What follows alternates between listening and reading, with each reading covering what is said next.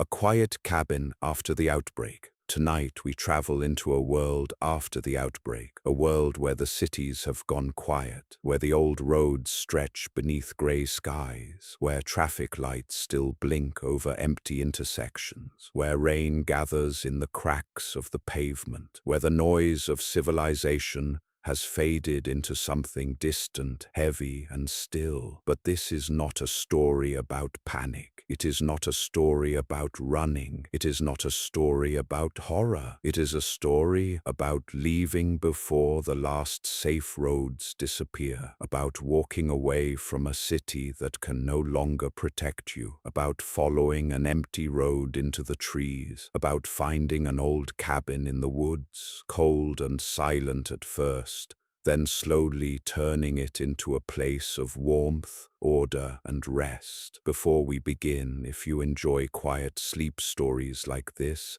you can subscribe for more calm journeys, peaceful survival stories, and relaxing bedtime narration. And if you are still awake, leave a comment and tell us where you are listening from, what time it is where you are, and what kind of story you would like to hear next. Now, get comfortable. Let the room around you grow quiet. Let your body settle. Let your shoulders loosen. Let your jaw relax. Let your hands rest. There is nothing you need to solve tonight. Nothing you need to prepare. Nothing you need to carry. This journey is only a story. A slow story, a dark and quiet story, a story about the world growing silent and one small light remaining in the woods. Let the day move farther away. Let your thoughts become slower, like clouds moving over a ruined skyline, like mist drifting between trees, like smoke rising from a small cabin chimney in the dark. And now, imagine a grey morning after the world has changed. The city outside your window no longer sounds like a city. There are no engines waking in the streets below, no early buses sighing at the curb, no voices calling from open windows, no footsteps hurrying toward work, no doors slamming, no construction, no morning radio from passing cars. Only wind, only rain, only the faint electric buzz of a streetlight that should have gone out days ago. You stand near the window of your apartment and look down at the street. The glass is cold beneath your fingertips. Outside, the morning is dim, almost colorless. The sky hangs low over the buildings, heavy with clouds. Rain falls gently, not hard enough to wash anything clean, only enough to make the pavement shine. Below, the intersection is empty. A red traffic light blinks again and again. Red, dark, red, dark, red, dark. There are cars abandoned along the road. Some are parked crookedly. Some have doors left open. One bus sits at the corner with its windows dark, its route sign still glowing faintly, though no one is inside. Old newspapers cling to the wet sidewalk. A plastic bag moves slowly in the gutter. A shop sign hangs loose over a closed pharmacy. Across the street, a row of apartment windows stare back at you, dark and still. For a long time, people believed the old world would return. They believed the broadcasts. They believed the updates. They believed the experts standing beneath bright studio lights, speaking calmly while maps changed color behind them. They believed the emergency messages that appeared on phones: stay indoors, avoid contact, wait for instructions, help is being organized, supplies are being distributed, essential services remain operational. At first, the words sounded official enough to be comforting. Then the messages became shorter, then less frequent, then strangely delayed, then they stopped. The power grid did not fail all at once. It failed in pieces, one district at a time, one hospital wing, one train station, one apartment block, one street of dark windows after another. The city did not collapse in a single dramatic moment. It became tired. It became confused. It became quieter. The old systems loosened like threads pulled from cloth. Trains stopped first, then started again for a day, then stopped for good. Stores opened for limited hours, then with empty shelves, then with handwritten signs in the windows, then not at all. Pharmacies had lines around the block until the windows were boarded. Gas stations became meeting points, then arguments, then abandoned islands under flickering lights. For a while, people still behaved as if the old world would return by morning. They checked phones with no signal. They stood in line outside locked doors. They listened for helicopters. They waited for announcements. They watched the skies. They whispered to neighbors in stairwells. They said, just one more day. Just one more night, just until help arrives. But help became a word that belonged to another time. The city did not scream forever. That was the part no one expected. Eventually, even fear became tired. Eventually the sirens stopped, and after the sirens there was only rain, wind, and the slow blinking of traffic lights over roads where nobody drove anymore. Civilization had been loud. Its absence was louder. You step away from the window. The apartment behind you is dim. You have already packed. Not everything, only what matters now. A water bottle, a small filter, a flashlight, a box of matches wrapped in plastic,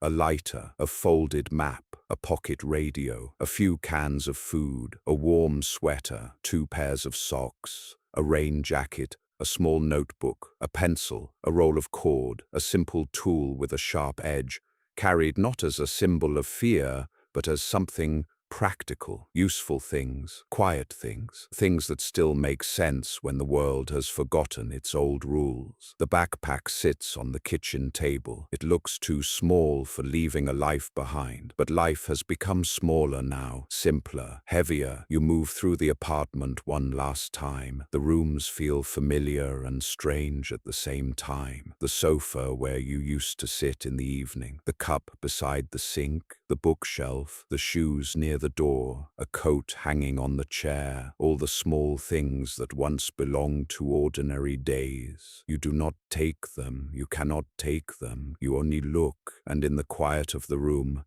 you understand that leaving does not always happen with noise. Sometimes leaving is only a hand on a doorknob, a final look into a dark room, a breath held for a moment, then released. You lift the backpack. The straps settle onto your shoulders. You check the pockets once more. Water, matches, radio, map, food, notebook. You turn off the last lamp, even though saving power no longer means much. The room darkens. You stand by the door and listen. The hallway beyond is quiet. You unlock the door slowly. The small sound of the lock turning seems too loud. You wait. Nothing moves. You open the door. The hallway smells faintly of dust, damp concrete, and old cooking that has long since faded. The lights overhead are off. Only grey morning from a stairwell window reaches the corridor. You close your apartment door behind you, gently, carefully, without letting it click too hard. For a moment,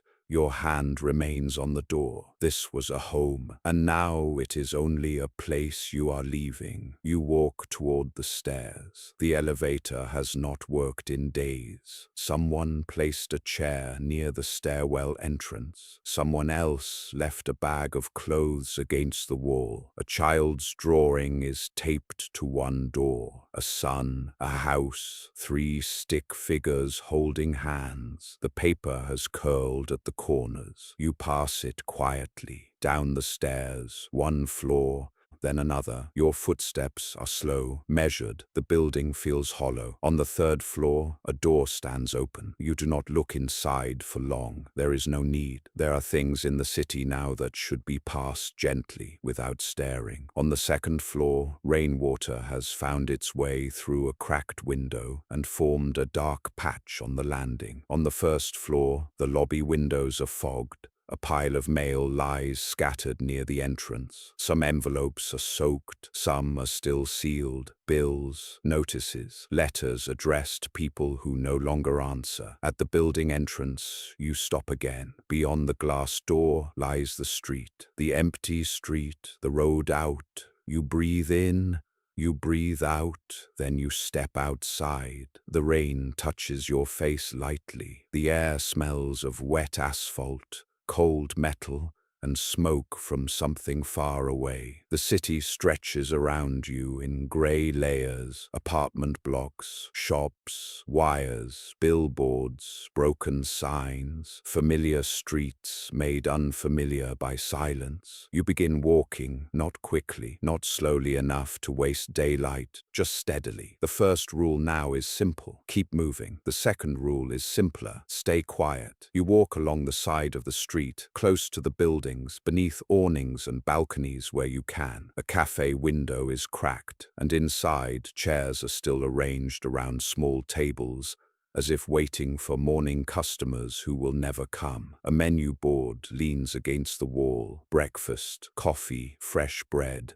Ordinary words from a vanished world. You pass a supermarket with metal shutters halfway down. Behind the glass, the shelves are mostly empty. A few boxes remain tipped over near the entrance. The automatic doors are open just enough for rain to blow inside. For a while, this was where people came when they still believed supplies could be managed. Now it is only another dark room in a city of dark rooms. At the next intersection, the traffic lights blink. Red, dark, red, dark. The rhythm is strangely patient, as if the machine is still doing its job, though there is no traffic left to guide. You cross the road. A newspaper vending box stands open beside the curb.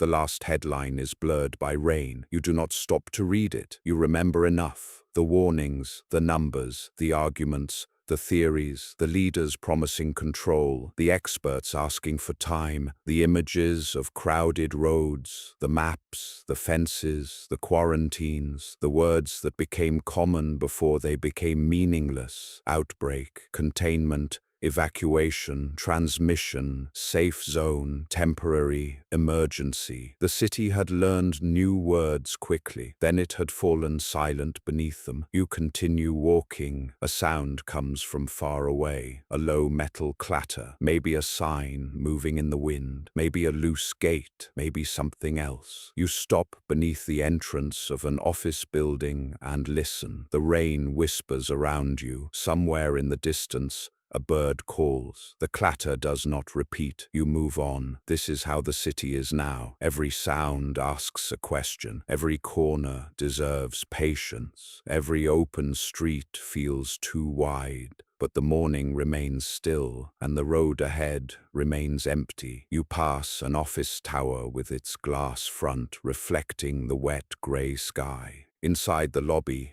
plants have wilted in large pots. A security desk stands unattended. Behind it, a monitor glows faintly, showing a frozen image from some old camera feed. A corridor, a door, a timestamp that no longer matters. You remember when buildings like this held so much motion: elevators, meetings, badges, phones ringing, people carrying coffee, people talking about deadlines, invoices, promotions, meetings, weekends, vacations, ordinary worries. Civilization had been made of millions of small, repeated things: emails sent, doors unlocked, trains scheduled, bread delivered, water pumped, data stored, lights switched on, trash collected, payments processed, medicines stocked, all of it invisible until it stopped. The fall was not only the outbreak, it was the failure of everything that used to happen quietly in the background, the hidden machinery of normal life. And now,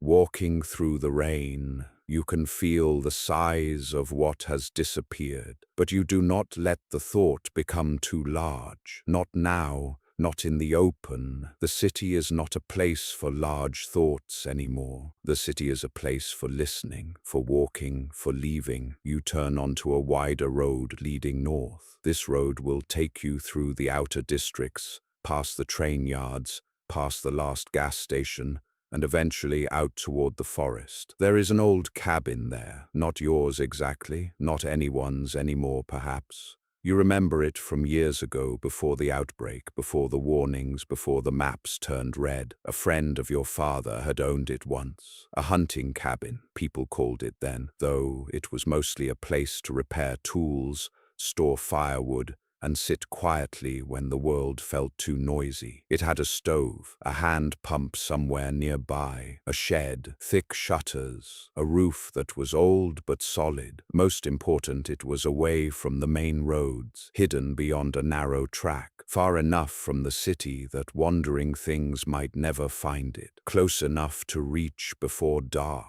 If you kept moving, that is where you are going, not because it is perfect, because it is possible. The road out of the city is long and grey. Rain beads on the hood of abandoned cars. Some vehicles are lined up as if waiting for a signal that never came. Others are angled across lanes, doors open, windshields misted from within. You do not look inside them. You keep to the edges. You step around broken glass.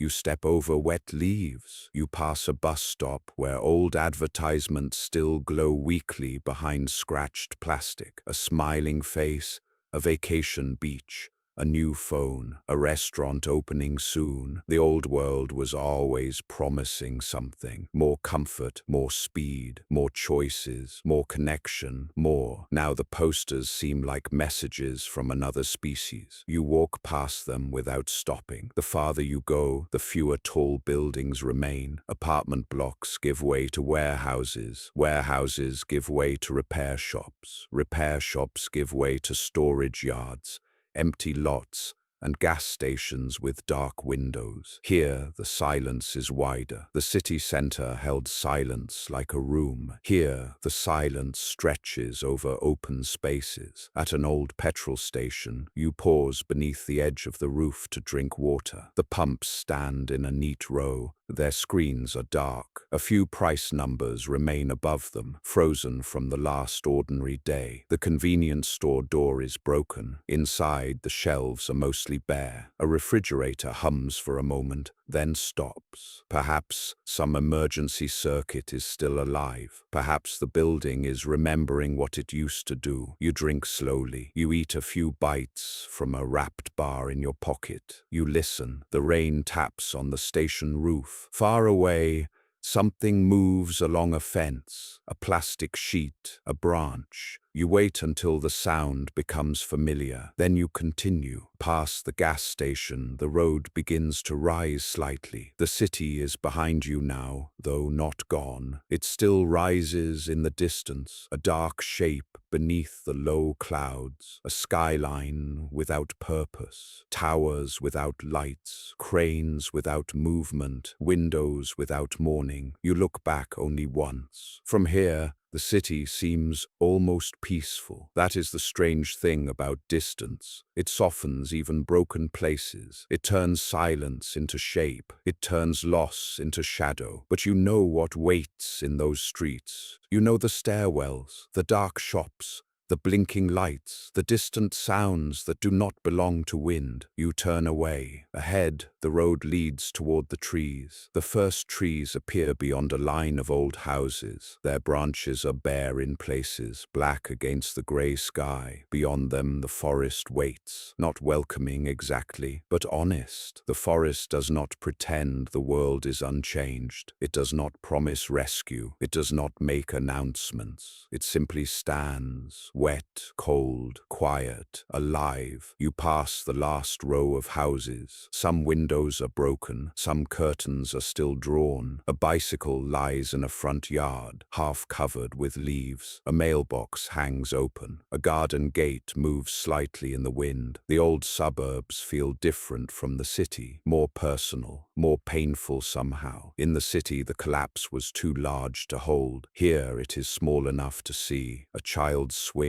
moving in an empty yard, a dog bowl full of rainwater, a family car with a roof box still attached, a porch light that flickers once, then goes out. You keep walking. You do not rush. There is no reason to spend more fear than necessary. Fear is useful only when it sharpens the senses. After that, it becomes weight, and you already carry enough. The road narrows, the pavement becomes rougher, weeds push through cracks, trees lean closer. The sound of rain changes when it falls on leaves instead of concrete, softer, more layered, 1,000 small taps instead of one flat hiss. Your breathing eases a little. The air smells different here. Wet bark, cold earth, pine, moss, dead leaves. No smoke now, no old fuel, no city dust. The road bends, the city disappears behind the trees. For the first time that morning you feel the smallest space open inside your chest. Not joy, not yet, only room. Room to breathe, room to listen without walls echoing back. Room to imagine reaching the cabin before dark. You walk along the forest road. It is empty except for puddles, branches, and the occasional faded sign pointing toward places that may no longer exist in any useful way. A village, a campground, a closed road,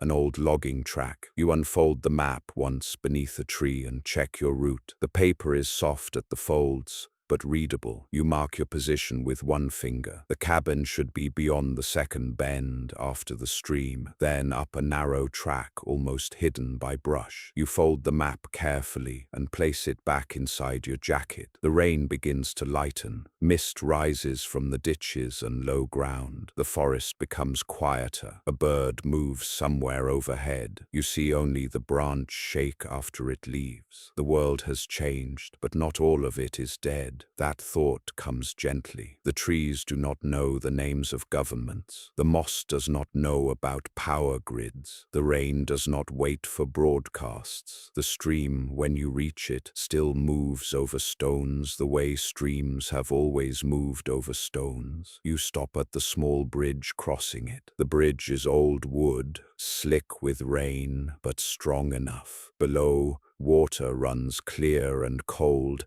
carrying leaves between rocks. You kneel and refill one bottle through the filter. The process is slow. That is good. Slow things calm the mind. Water through filter, drop by drop, bottle filling, hands steady, breath steady. The stream speaks in a language older than any city. You listen for a while, then you stand and continue. The forest track appears where you remembered it might be, almost hidden. Two faint tire lines leading into darker trees. Branches lean over it. Grass grows down the center. If you had not known to look, you might have missed it. Good. Hidden is good. Forgotten is good. The track rises gradually through the woods. Mud clings to your boots. Your pack feels heavier now. Your shoulders ache. The morning has stretched into afternoon without ever becoming bright. The light is dim and silver beneath the clouds. The farther you climb, the quieter the world becomes. No city, no engines, no sirens, no distant clatter, only your steps, only rain falling from leaves, only breath.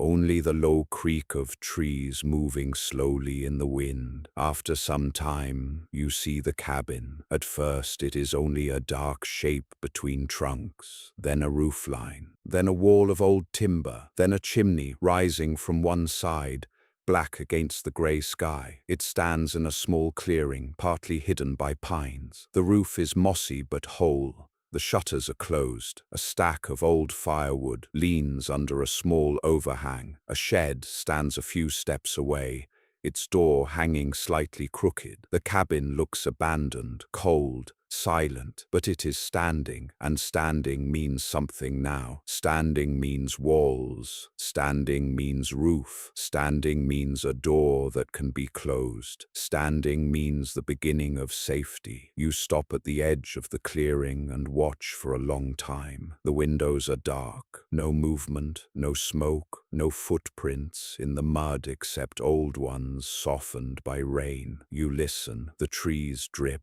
The wind moves. Somewhere far away a crow calls once. The cabin remains still. You cross the clearing slowly. At the door you pause again. The wood is weathered. The handle is cold. The lock is old. But when you try the key from the small ring in your pocket, it turns with effort. You had not been sure it would. The sound of the lock opening is quiet, but it feels enormous. You push the door inward. The cabin smells of dust, old smoke, dry wood, and closed air. You wait at the threshold, listening into the darkness. Nothing, only the faint settling of wood. You step inside. The room is dim, but not completely dark. Grey light enters through cracks around the shutters. There is one main room, a small table, 2 chairs, a narrow bed frame against the wall, a cast iron stove, a shelf with a few old jars, a cupboard, a rug stiff with dust, a second door leading to a smaller room in the back. The cabin is cold, but it is not ruined. You close the door behind you. For a moment, the simple fact of being inside feels almost unreal. Outside, the world is wet and grey and uncertain. Inside, there are walls, a roof, a floor, a stove, a place to begin. You do not sit yet, not yet. First, you check. This becomes the first routine. Before comfort, certainty. You move through the main room slowly. You check the corners.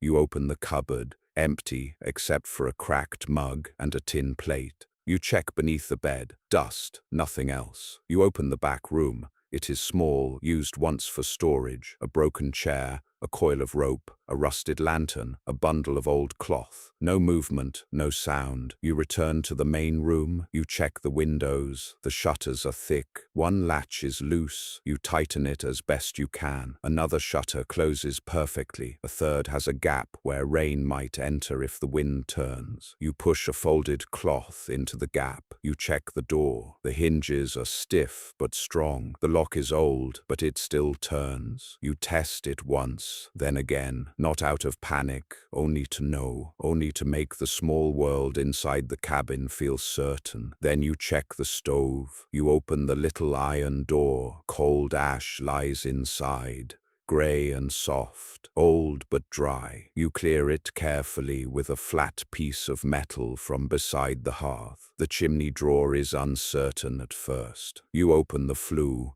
You listen to the hollow pipe above. A little air moves there. Good. You step back outside only long enough to bring in several pieces of firewood from under the overhang. The wood is not perfect, but the pieces beneath the top layer are dry enough. You bring them in slowly, one armful, then another. You stack them beside the stove. The cabin begins to change simply because work has begun. Abandoned places feel different once something is arranged with care. You take kindling from your pack, a twist of paper, a few thin sticks from the shed, a dry match. Your first match breaks. The second catches. A small flame appears, trembling blue at the base and orange above. You hold it to the paper. The paper blackens, the kindling catches, a thin line of smoke rises. For a moment, you worry the stove will not draw. Then the smoke pulls inward, up, away. The first small flame becomes several. The stove ticks softly as the metal begins to warm. The cabin takes its first breath. You sit back on your heels and watch. There is something ancient in this kind of comfort. Fire in a cold room, wood becoming heat, light gathering in a place that had been dark. The world outside may have lost its systems, but this still works. A match, dry wood, air, patience. The stove takes time to wake. At first there is only smoke and a faint orange glow. Then the first real flame catches, then another, and slowly the cabin begins to remember warmth. You remove your wet jacket and hang it near the door. You take off your pack. Your shoulders ache with relief. The room is still cold, but already the fire has changed the meaning of the cold. It is no longer endless. It is something that can be answered. You begin to organize. This is the second routine. Everything has a place. You place the food on one shelf, water on another, Matches in a dry tin, the flashlight near the bed, the radio beside the window, the map folded on the table, the notebook beside it, a small tool near the door, not displayed, not dramatic, just reachable. You place extra socks near the stove to dry. You place the rain jacket over the chair. You place the filter beside the water bottle. Everything has a place. And because everything has a place, the room begins to feel less abandoned. It begins to feel kept. It begins to feel yours. Outside, evening gathers early beneath the clouds. The clearing darkens. The trees become black shapes around the cabin. Rain starts again, softer than before. It taps on the roof. At first,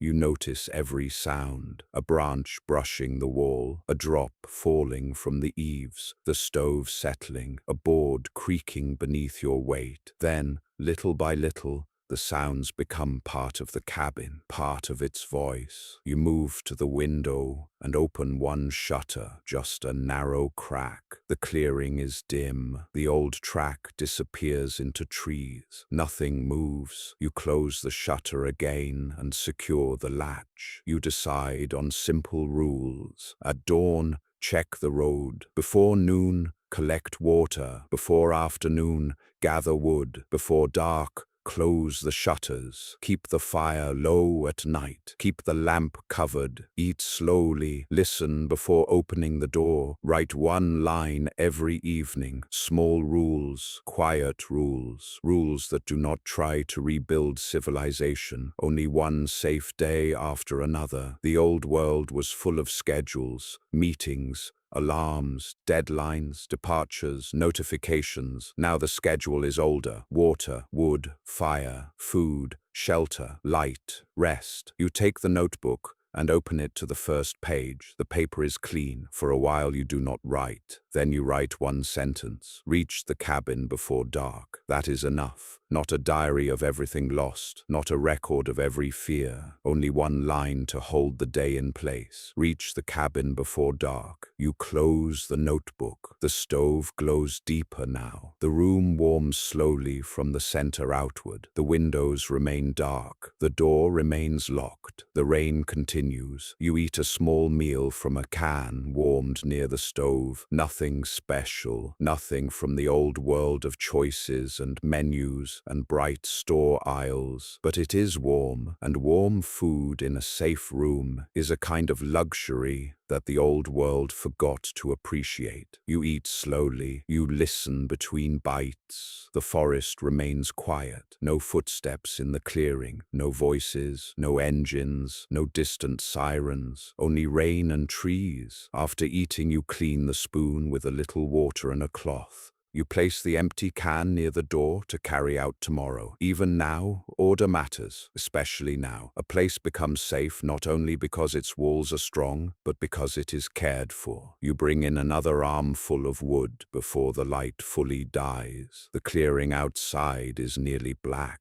Mist hangs low between the trunks. The far edge of the track is already invisible. You stand in the doorway for a moment with the wood against your chest. The forest smells of rain and cold soil. Far beyond the trees, too far to see, the city remains in the dark. You think of it again. The apartment, the blinking traffic lights, the empty supermarket, the silent office tower, the last headlines melting in rain, all that broken machinery of normal life. It feels both far away and inside you. You step back into the cabin and close the door. The lock turns. The bar settles across it. The sound is simple. Wood against wood. Metal in place. A boundary. Outside is outside. Inside is inside. The firelight touches the walls. You sit at the table and sort through what you have.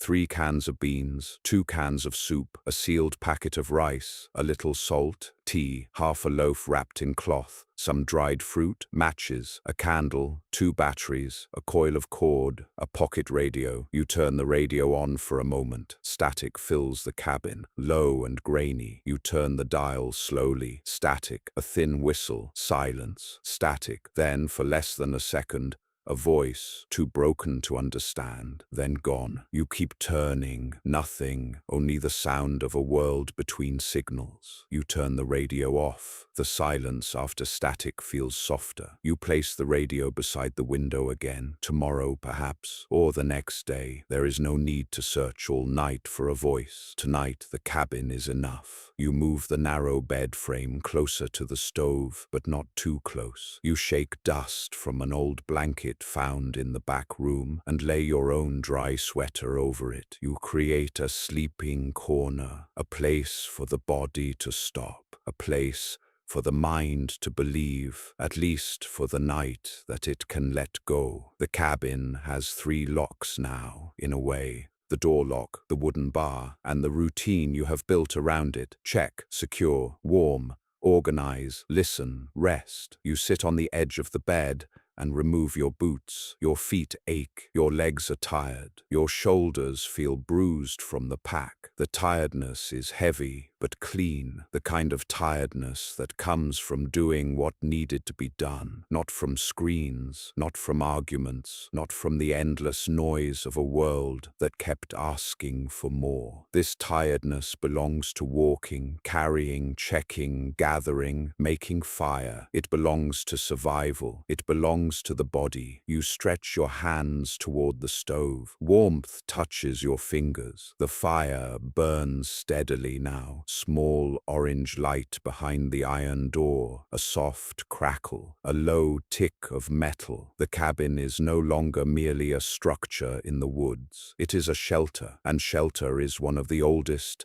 deepest comforts the human body knows. Walls between you and weather, a roof above, warmth in the center, food on the shelf, water near the table, a door that closes, a place to sleep. Outside, the forest grows darker. Rain becomes a gentle, even sound on the roof. You imagine the drops landing on moss, on branches, on the old track, on the silent road, on the abandoned cars far away, on the city windows, on the bus at the intersection, on all the places you passed and will not return to tonight. The rain covers everything equally. It does not judge what is broken. It only falls softly, steadily. The fire glows. The room warms. You take the notebook again and write a second line under the first. Fire started. Door secure. You look at the words. They are plain words. But in this new world, plain words can be beautiful. Fire started. Door secure. You close the notebook. For a while you simply sit. Nothing to do. That is rare now. Even after the fall, or perhaps especially after it, the mind searches for the next task. Check the door. Check the water. Check the food. Check the window. Listen again. Plan again. Remember again. But now, for a little while,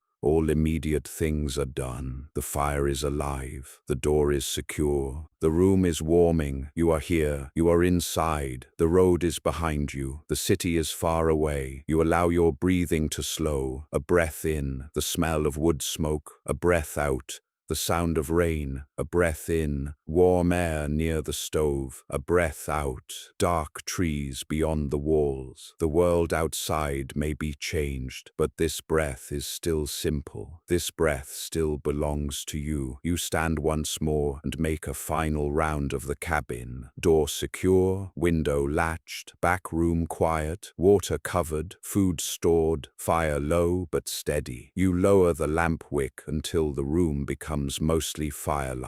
The shadows deepen, the corners soften. The cabin feels smaller now, closer, safer. The dark outside presses against the shutters, but it does not enter. You lie down on the narrow bed. The blanket is rough, but warm enough. Your pack rests on the floor within reach. Your boots wait near the door. The stove gives off a soft, steady heat. Rain continues on the roof. At first, your mind walks back through the day. The apartment door closing, the stairwell, the lobby, the empty street, the blinking traffic light, the wet supermarket, the gas station, the last houses, the forest road, the stream, the hidden track, the cabin appearing between trees. Each image arrives. Each image passes. You do not need to hold them. You made it through each one. They are behind you now. The body knows the difference between danger and memory. The danger has passed for tonight. The memory can soften. You listen to the cabin, wood settling, rain falling, fire breathing, your own breath, wood settling, rain falling, fire breathing, your own breath, again, wood settling, rain falling, fire breathing, your own breath.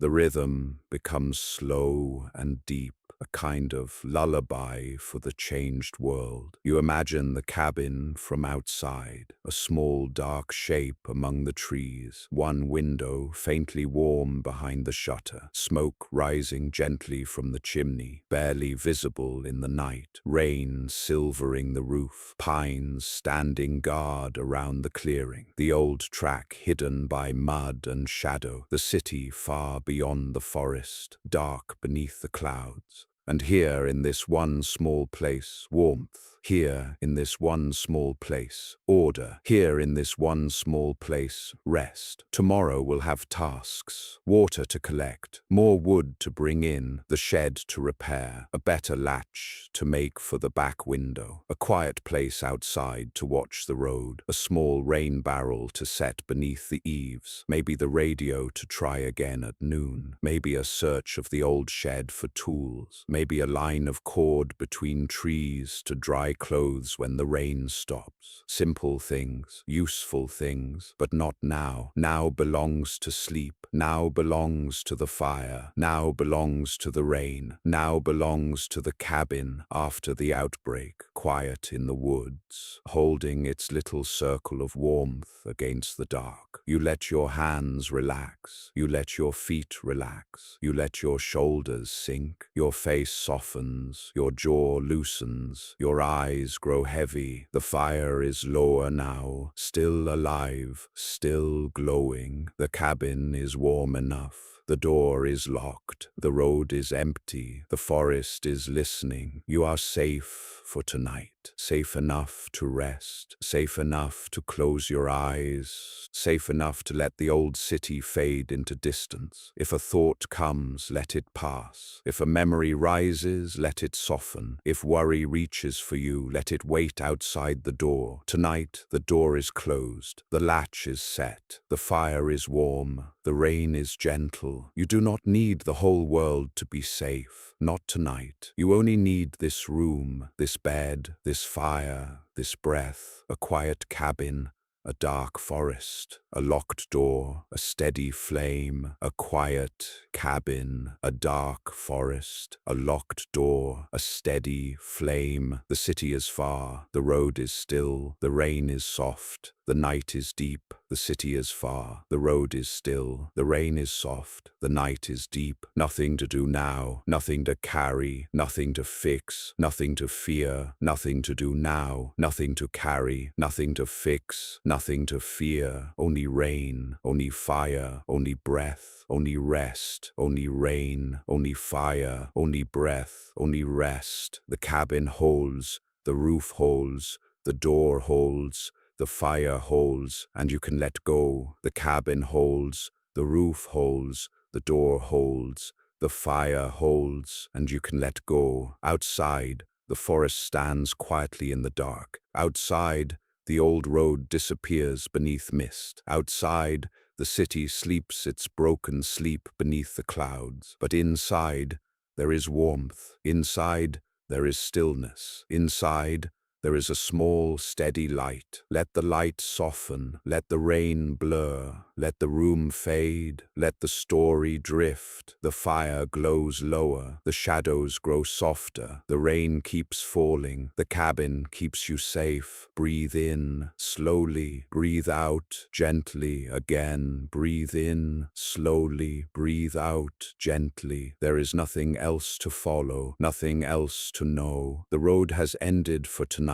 The cabin is quiet, the fire is warm, the rain is kind. Rest now, breathe now, drift now, sleep now. The world is silent, the woods are dark, the cabin is safe, the fire is low. The world is silent, the woods are dark, the cabin is safe, The fire is low, and little by little thought becomes softer, memory becomes softer, the city becomes softer, the road becomes softer, even the darkness becomes soft. You are here, you are warm, you are hidden, you are safe, you are here, you are warm. You are hidden, you are safe. Sleep now, sleep deeply, sleep gently, sleep safely. The rain will keep falling, the fire will keep glowing, the cabin will keep holding, and the night will keep watch. Sleep, sleep, sleep.